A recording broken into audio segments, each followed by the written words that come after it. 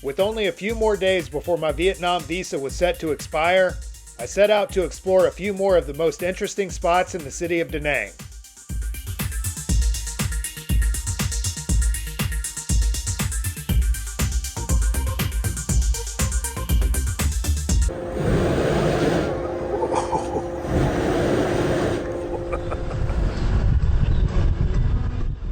For about the last 3 months, I'd been hanging out here, nursing a shoulder injury and trying to make the best of the trip.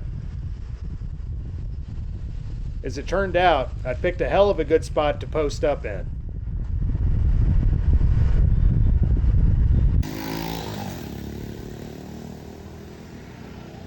Almost from the moment I'd arrived, I'd fallen in love with the place, and although I had a trip to Malaysia lined up to coincide with my visa expiration, I fully intended to make the most of my last days here. This whole area is basically Koreatown. Seems to be where most of the Korean expats live. And it's interesting because you see a lot of signs that are solely in Korean, not even in Vietnamese. So they've clearly sort of established their own communities here. There's a lot of Korean barbecue places and things like that. There you go. For instance, like every single piece of writing on this restaurant is in Korean.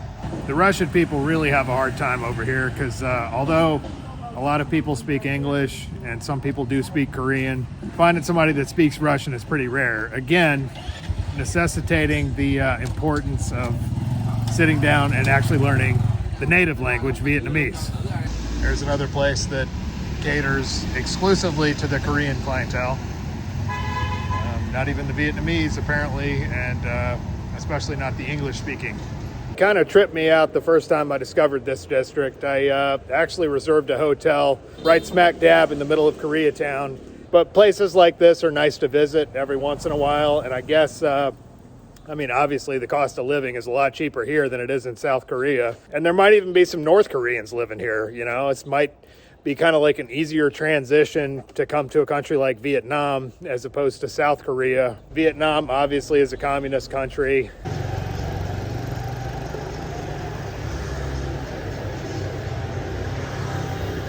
At least in theory. In actual practice, it looks a lot different from like a very state-oriented style of communism like in the USSR. Free market capitalism does exist to a certain degree. There are markets here, unlike in a place like North Korea. Generally, to a certain extent, free market enterprise is tolerated.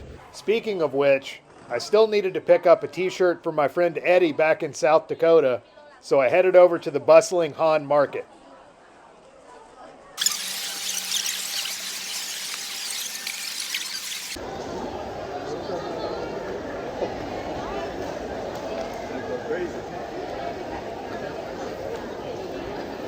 The place was a total trip, and the people working there seemed to just suddenly appear out of nowhere. Hello, 100. Okay. 100? Okay. Có cái này size XX là không? Chuối à. Huh? 2XL, yeah. Chuối đẹp. Blue. Blue. Cái này? Blue. XXL, okay. 1, 2, 3.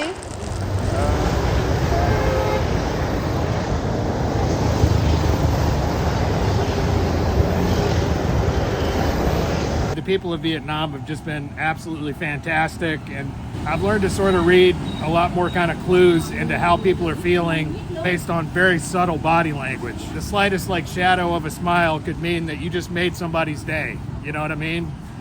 But they don't tend to display a lot of emotion the way that some other places do.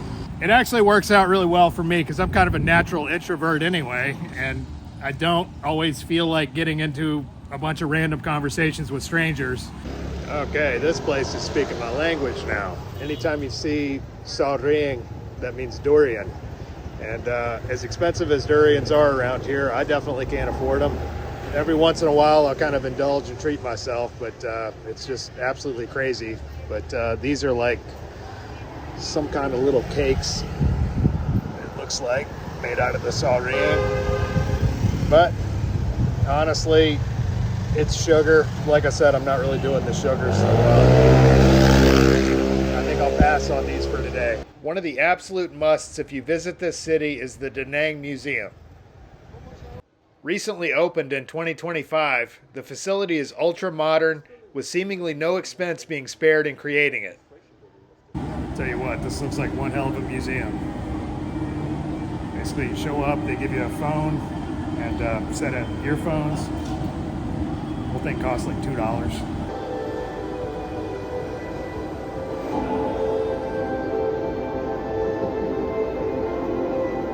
Alright, this is pretty cool.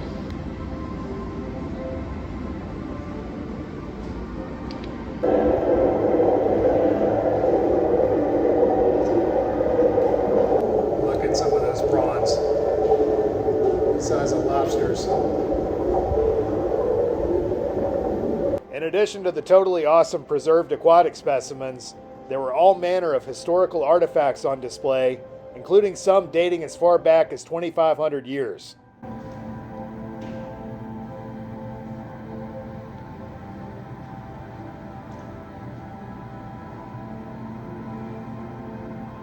Although you'd never guess it from talking to the smiling locals, after touring this museum, it became once again shockingly obvious that Vietnam was a country with a long history of conflict.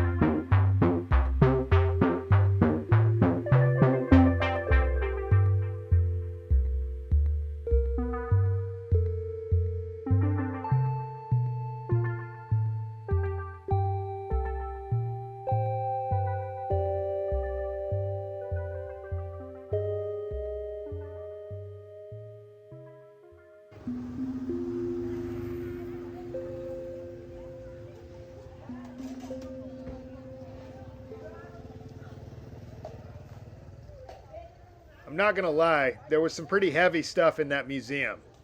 Regardless, you really had to hand it to the Vietnamese. Here was a country composed of some of the toughest people you could possibly encounter anywhere.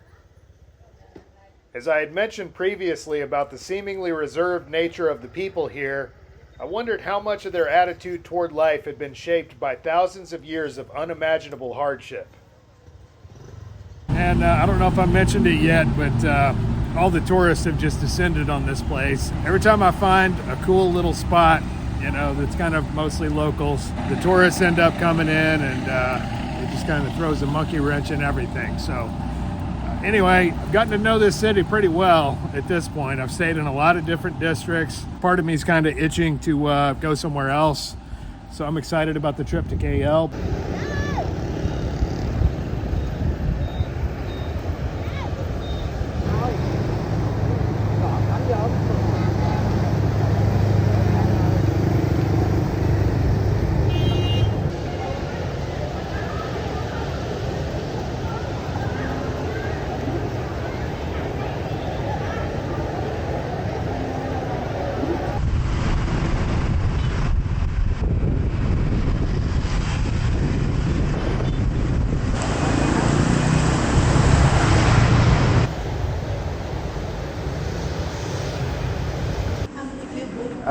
Tôi là một người. Okay. This place happens to be one of my favorites. Kind of a little more upscale than some of your average, like hole-in-the-wall Dachshunds type of thing. Had some really interesting dishes on the menu. All right, so this is something called shaking beef. I think the reason why they call it that is because it's shaken really quickly in a wok to cook. But it's basically a beef stir fry with looks like green bell peppers, orange bell peppers, onions. Looks kind of almost Chinese in character. I don't know why it comes with French fries. Give it a little dip in the duck mom. Pat it off on the rice. Shaking beef. Cheers.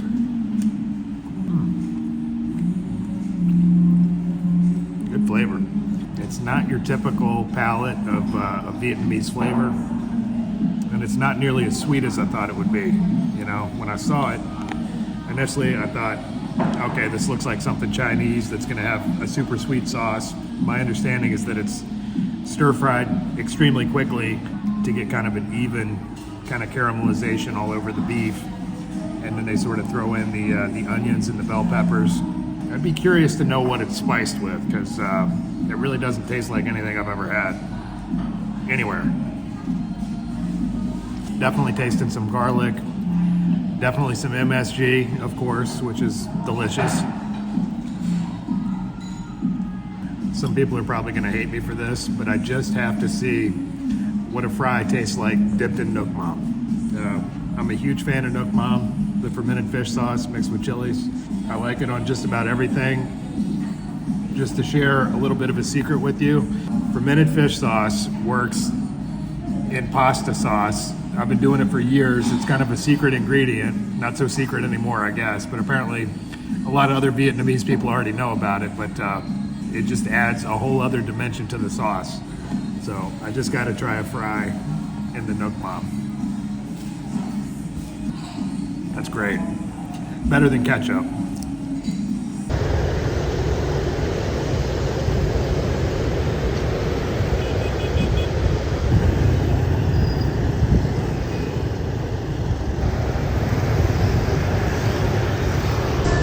Chào, cho tôi một cà phê đậm đá. Một cà phê đường đá. Không đường. Không đường. Ít đá. Ít đá. Đúng rồi. Ok. Ok. Cà phê bông.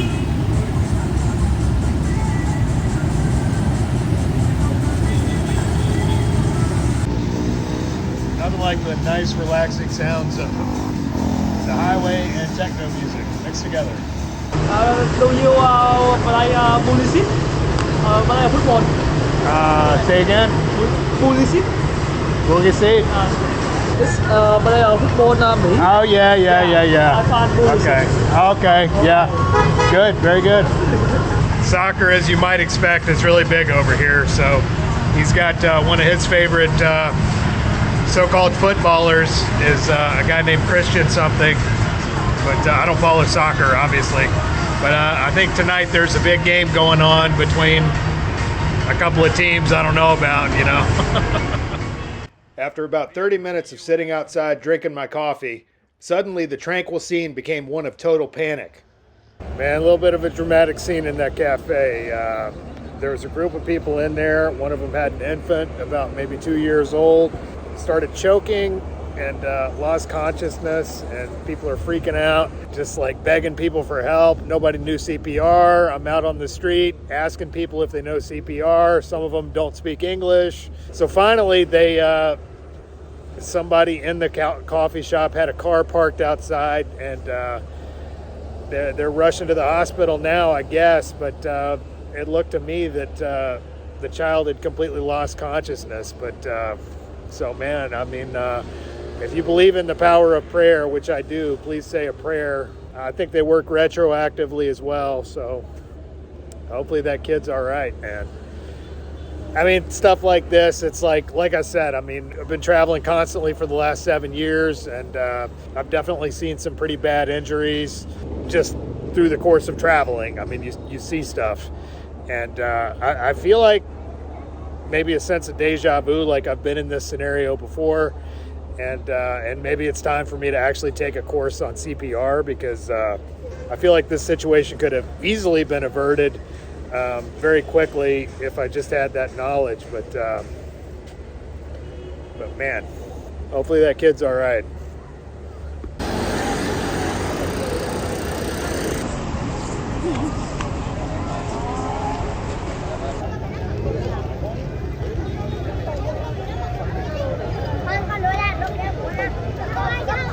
right, so this is Chợ đêm Suncha night market. Super touristy, but let's go check it out.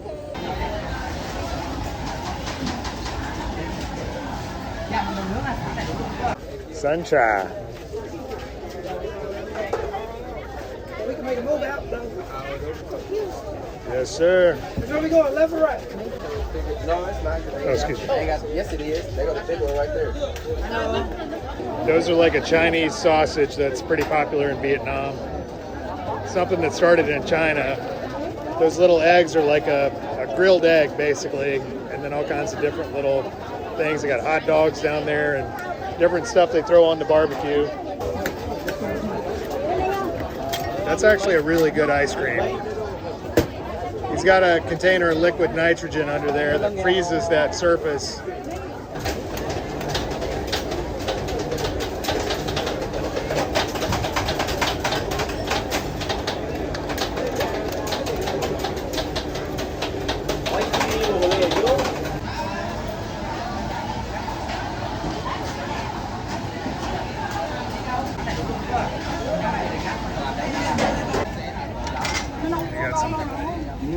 Crocodiles? Oh wow. What a beauty.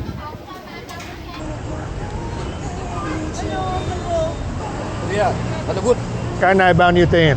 Cái này là 180, cái này là 200.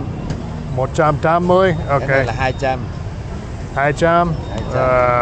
100.000 một kilo. Ok, 100 per kilo. Yeah. Cái này bao nhiêu tiền? Cái này cũng 180. 150 được. Thôi kệ được á. Ok. Mình nói tiếng Việt giỏi ghê. Tôi đang học tiếng Việt. Mình đang học hả? All right, so speaking of durian, man, I just couldn't resist. And luckily was able to get a pretty decent deal on these. These are a couple of pretty decent sized pieces for right around $5.50, somewhere in there, which is a hell of a lot more expensive than it was 3 years ago last time I was here. But given the going rates, man, in the grocery store, it'd probably be twice that. Just to give you some reference, that's $559,000 down, which is over $20 for a little tiny bit of durian. A lot of people consider this really bizarre because of the smell. I guess it kind of does have a really pungent smell, but I've kind of never really noticed it that much, and it's never really bothered me at all. I do find it amusing that some people are absolutely repulsed by this stuff, but obviously judged on the astronomical figures that you see people asking, it's very popular, particularly in China, which is where the majority of the durians grown in Vietnam end up. Basically, they're willing to pay top dollar for it. And a person from like the Clac region or somewhere like that, somewhere that supports the life cycle of the durian tree, could potentially see themselves being pretty wealthy, I would think. But I mean, obviously, first you got to get the durians up to China. And the shelf life on them, I don't think is great. So a lot of the times they're frozen. This is a pretty hefty portion of durian for what they were asking, you know. Definitely not something I indulge in every day simply because of the cost. It just kind of, to me, sort of smells like jackfruit. It's kind of pungent. Usually they give you a glove to eat it with. I didn't get a glove, so I just kind of turned the plastic bag inside out. Anyway, Salrien, cheers. It's so good, man. It's like a custard covered with caramel sauce. And it's kind of got the flavor of rotten onions or garlic, you know, which absolutely sounds terrible in theory, but God did not mess this one up, believe me. This is delicious. Oh man, that was absolutely delicious. And another instance in which learning a little bit of Vietnamese actually got me a better deal. And I think probably when people see you trying to learn their language, especially here, because so few people make an effort to learn it, I think it just really warms people's hearts, and they're just sort of like, okay, well, this guy's stumbling all over the place, all over his words, and sounds like an absolute idiot, but we're going to give him a little bit of a deal anyway.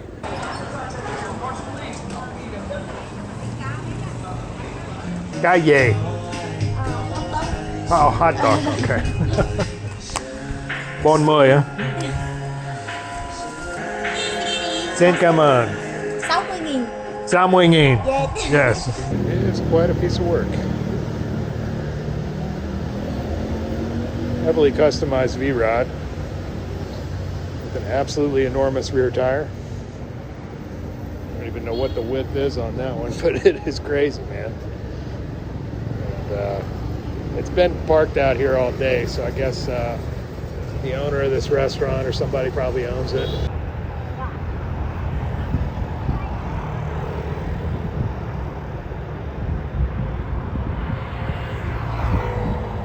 Suffice to say, the adventure has been totally bonkers at times. A lot of people probably wouldn't like the weather this time of the year. I mean, for most of my trip, it's been cold and rainy, you know. But now, you know, we're almost at the end of January, and it's almost a little bit too hot walking around in the day. And so the tourists are here. Kem đây, bò miếng ở đây, kèo chị tơ hồng đây.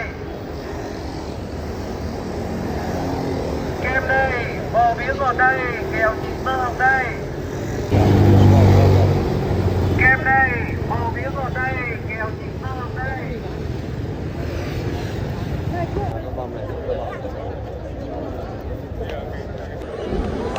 Whoa!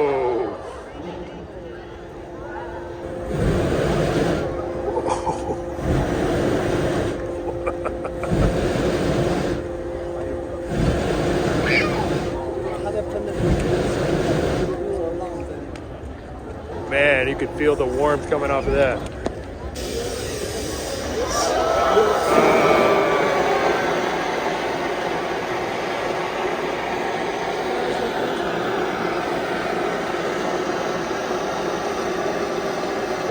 Apparently this happens every Saturday at 9 p.m. So the dragon gets grumpy. Basically they block the entire bridge off to traffic.